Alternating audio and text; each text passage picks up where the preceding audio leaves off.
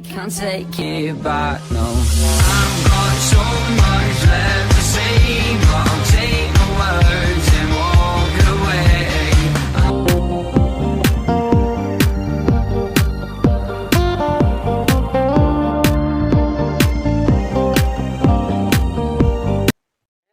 La gravité est un produit de l'énergie électromagnétique, je le crois sans équivoque. Il y a beaucoup de scientifiques et d'ingénieurs qui sont absolument d'accord à 100% sur ce sujet. Beaucoup plus qui croient que l'univers est en effet une entité électrique et la gravité n'a rien à voir et n'y tient aucun rôle. Mais la chose même que nous percevons comme la gravité est en fait un effet électromagnétique. Car tout ce qui existe est fabriqué à partir de particules chargées, alors tout ce qui existe sera affecté par ce champ magnéto-gyroscopique à 90 degrés, que nous appelons à tort gravité.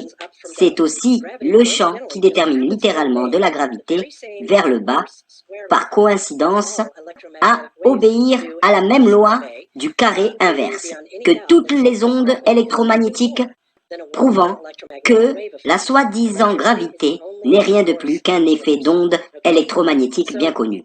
L'électricité est la seule force dans l'univers, donc je vais aller plus loin et je vais parler un peu du spin.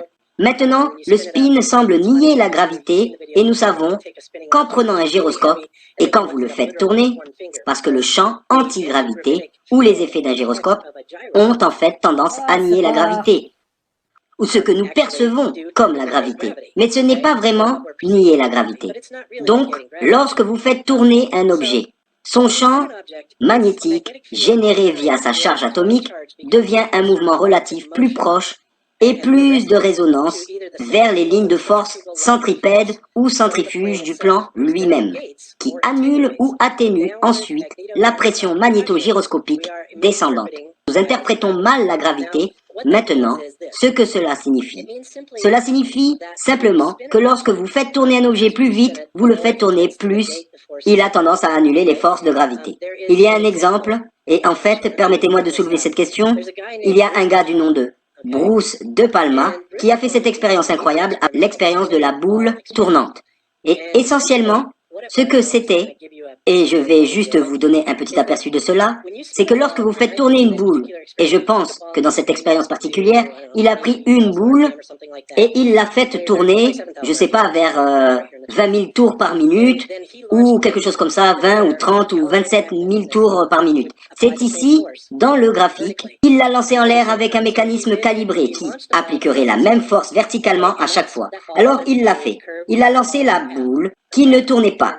Et c'est que la boule a pris une courbe parabolique, puis est retombée, et il a pris la même boule, il l'a faite tourner jusqu'à 27 000 tours par minute, et ce qu'il a remarqué, c'est que la balle a pris une trajectoire plus élevée, et qu'elle est montée plus vite, plus haut, et est descendue plus lentement. Tout ça parce qu'elle était tournoyante, qui à lui seul anéantit la physique des lois de la gravité newtonienne, des gyroscopes ayant cette capacité à annuler la gravité.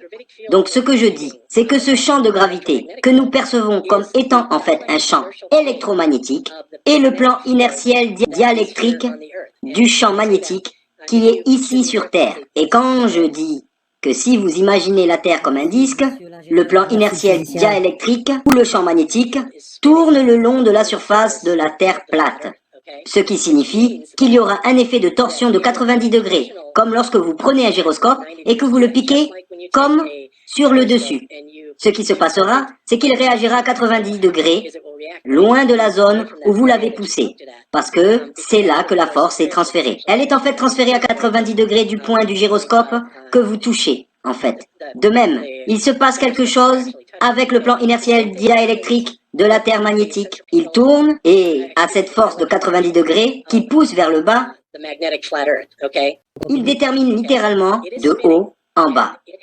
Et je suis d'accord avec l'argument que la gravité est vraiment plus que la densité et la flottabilité. Mais j'ai toujours soutenu qu'il y avait toujours quelque chose qui détermine de haut en bas. Et bien sûr, les globistes diraient, eh bien, c'est la gravité.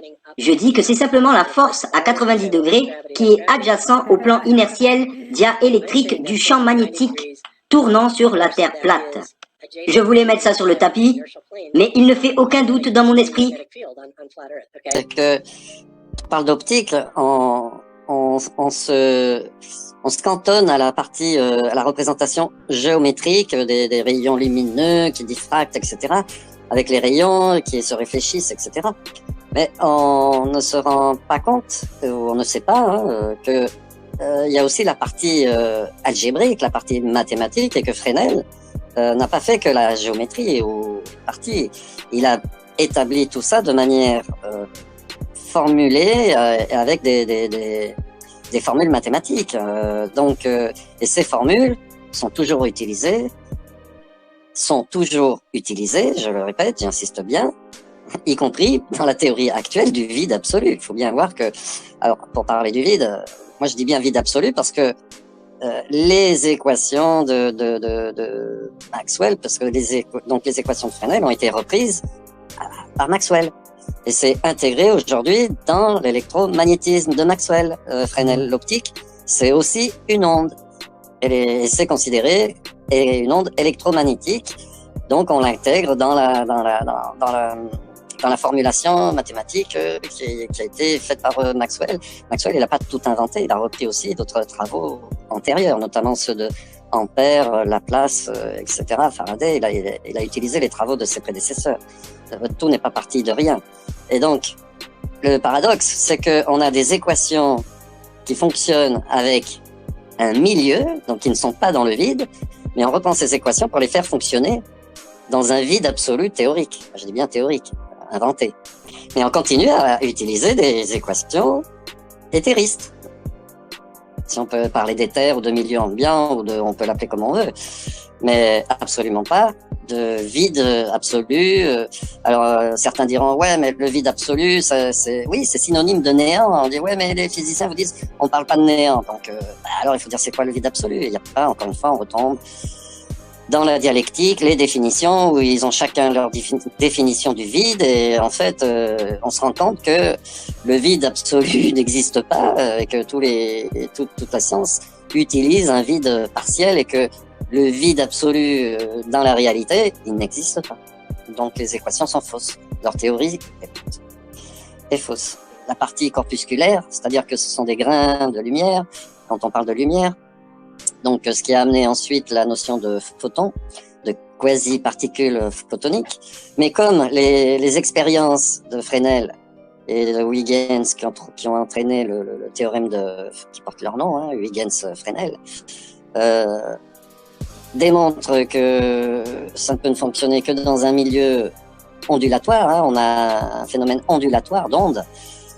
Et c'est pour ça qu'on est dans le cul entre deux chaises, hein, comme on dit, entre l'onde et la particule et la dualité, cette fameuse dualité qui ennuie tout le monde et qui n'arrive pas à gérer, parce qu'ils sont prisonniers du tout corpusculaire, puisqu'on invente, j'ai mis une liste partielle parce qu'on se regarde bien de mettre la liste complète de toutes les particules inventées.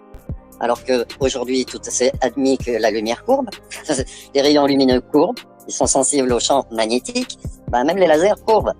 Hein, au bout d'une certaine distance, ils finissent par courber. Donc la lumière courbe. L'ionisation des gaz. Il faut bien voir qu'apparemment à l'équateur, il se passe des choses à d'autres niveaux également, et pas des choses marrantes, puisque apparemment, il y a aussi beaucoup d'avions qui se crashent de manière inexpliquée. Donc ça, c'est pour la Terre biplate, hein, sphère à courbure zéro. Donc, le bord, c'est l'équateur, ou équateur, ou équiterre, ou équatéra. Hein. Donc là, on a une représentation exacte des continents avec leurs proportions, avec un placement correct. D'accord ? Ça, les mots importants, hein, c'est pas un simple dessin, c'est une vraie carte. Donc ça, c'est pour la face A ou la face dite nord. Que ce soit bien clair. Après, donc ici, on a la face B, ou la face sud, toujours pareil, en projection de Lambert, avec les proportions des continents et leur placement parfaitement exact au niveau des latitudes et des longitudes, et des tailles des des terres émergées. Donc ici, à l'équateur, donc on a tout ce qu'il y a de la partie Papouasie, Indonésie et l'Australie, avec une taille correcte. Donc les proportions géographiques sont bien respectées. Madagascar et la partie sud de l'Afrique et l'Amérique du Sud, avec la limite exactement à l'équateur. Donc voilà.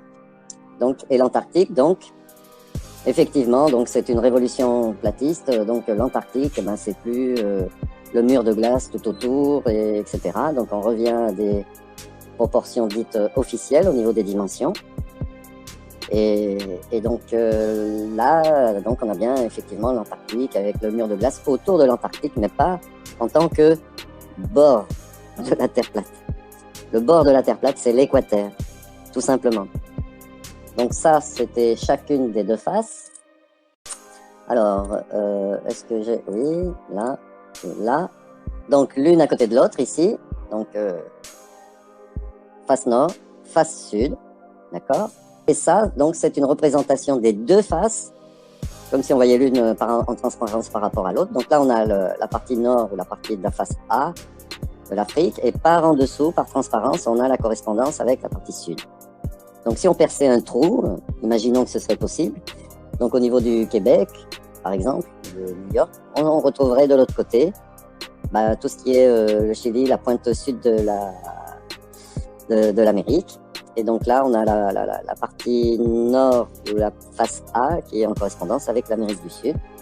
Tout coïncide, tout fonctionne. L'Australie, donc, elle se trouve, la Nouvelle-Zélande évidemment se rapproche du centre, hein, de la pièce de monnaie, on va dire, pour prendre une image, ou du disque. Et donc c'est pour ça qu'il fait plus froid au niveau du centre, puisque le soleil, lui, se trouve à l'extérieur, avec la Lune, par un système de lumière courbe. Donc quand on le voit, il est soit directement sur la tranche, sur ce qu'on peut appeler la tranche, soit il se décale en été, donc il est légèrement plus haut, ce qui fait on le voit de façon courbe, mais au niveau du tropique du Cancer.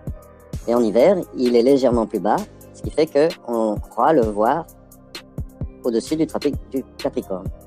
Et c'est pour ça qu'il chauffe plus la partie sud, la face B, en hiver pour nous.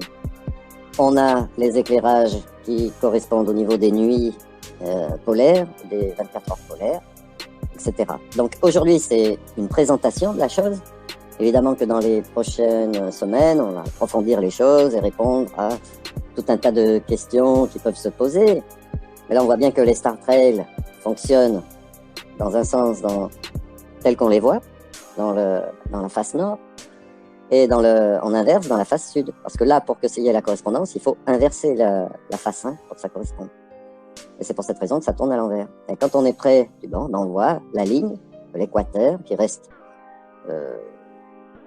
comme une ligne, et un sens anti-horaire et un sens horaire de rotation, avec la correspondance de ce qu'on a vu au niveau des petites expériences amusantes de l'eau qui s'écoule dans un sens et dans l'autre et qui n'a aucun sens d'écoulement, hein, qui coule droite, au niveau de la ligne elle-même, de la ligne 0.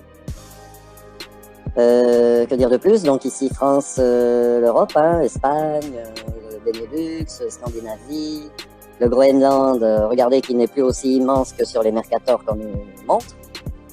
Le continent américain qui reprend des proportions telles qu'elles sont par rapport au reste, à l'Eurasie, l'Afrique aussi.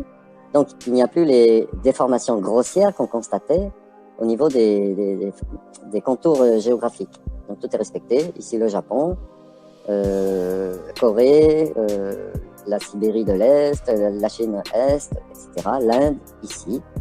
Et voilà.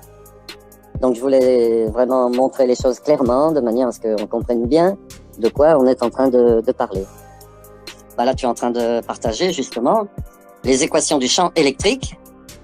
Écoutez bien, les équations du champ électrique sont des équations de Fresnel optique. Et il a démontré que c'est pas dans le vide. Les ondes, ça peut pas être dans le vide, dans un vide absolu. La théorie est fausse.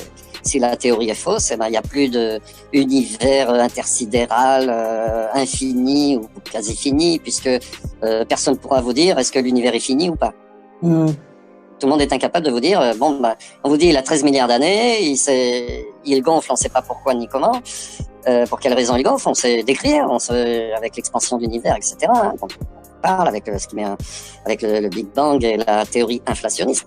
Donc on ne sait pas pourquoi ça gonfle, mais on ne sait pas vous dire où est-ce que ça s'arrête. On vous dit 13 milliards d'années, mais donc ça voudrait dire que c'est limité à 13 milliards d'années-lumière, ou 13 et demi, peu importe. Ah non, on ne sait pas vous dire si c'est fini ou infini. Donc c'est mathématiquement fini, parce que sinon les équations ne peuvent pas fonctionner dans un truc infini, hein, dans un système infini, ouvert. Donc on prend la pirouette et on dit, bah non, mais on fait fonctionner dans un morceau d'univers, comme ça constitue un système fermé, donc un morceau avec des frontières, etc. Les équations d'un champ électrique sont issues de la théorie ondulatoire de Augustin Fresnel. Elles sont issues d'équations d'optique reprises dans le champ électrique. Voilà, la preuve est là, c'est écrit noir sur blanc. Sur quoi ça repose, Fresnel? C'est ce qu'on appelle la tâche de Fresnel. Et cette expérience de la tâche de Fresnel, qu'est-ce qu'il démontre?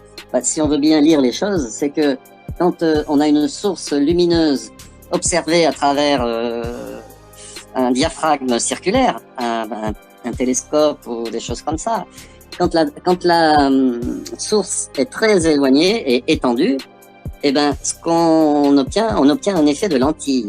Donc ça veut dire qu'un effet de lentille, un effet de lentille qui, soit si c'est concave ou convexe, donc soit ça éloigne un peu une lentille, c'est comme des lunettes, hein, des jumelles. Donc soit ça va grossir, soit ça va éloigner et rendre plus petit l'objet. Donc déjà, ce qu'on observe, en fait, ce n'est même pas la réalité. C'est déjà cette chose-là, puisque ce que l'on observe, ce sont des taches qui peuvent prendre la forme d'une image plus ou moins nette, mais en fait, ce sont des images ou des taches, on appelle ça les taches, hein, les taches de Fresnel. Donc ça va être plus ou moins net, suivant les distances et suivant la puissance lumineuse, et aussi suivant la température. Ce que nous prouve l'expérimentation de Fresnel, c'est si la source est étendue, la tache de Fresnel reste globulaire. Ça veut dire que quel que soit tout ce que vous allez regarder dans le ciel, apparaîtra comme des boules. Ce qu'il faut retenir, c'est que quand on regarde dans un télescope des trucs lointains, avec des sources lumineuses étendues, eh ben, ce que vous obtiendrez, c'est une tache globulaire, un globe, tout simplement, optiquement parlant. Hein. Après, je parle pas des images radio, des radiotélescopes. Donc là, ceci appliqué à notre modèle de Terre biplate s'explique tout à fait bien avec cette lumière qui est courbe, qui est déformée. Plus on s'éloigne, plus l'image se déforme. Et pour suivre cette loi, puisque c'est expérimenté, reproduit, etc., hein, eh ben, plus on s'éloigne et plus ça devient une boule, ce qu'on observe, c'est déformé. Et là, on a une démonstration tout à fait scientifiquement prouvée. La Terre ne tombe pas parce qu'elle a encore raison de tomber vers quelques directions particulières. C'est-à-dire, les choses ne tombent pas du haut en bas, mais les choses tombent vers la Terre. C'est-à-dire, ce qu'Anaximandre suggère, c'est que toute la structure du monde n'est pas comme on pensait, mais il y a une autre structure possible qui est cohérente avec nos expériences, mais qui est tout à fait différente de ce qu'on a pensé jusque-là. Donc son idée est qu'il faut repenser qu'est-ce que ça veut dire haut et bas. Il faut repenser de façon que c'est même difficile à expliquer. D'accord? Je cherche à expliquer. Alors, il n'y a pas le haut et le bas, parce que le haut ici et le bas, c'est le bas là. En bas, le haut, c'est le bas. Le bas, c'est le haut en bas. D'accord? Qu'est-ce que ça veut dire? C'est difficile à dire parce qu'on est en train d'utiliser haut et bas dans deux significations différentes, évidemment. Une avant et une après. Donc, ce qui se passe, c'est une reconceptualisation de la notion de haut et de la notion de bas, qui maintenant veut y dire quelque chose de différent. Donc, avant, on pense qu'il y a le haut et le bas, le ciel et la terre, et donc s'il y a un trou, la terre tombe. Et lui, il suggère que le monde soit différent.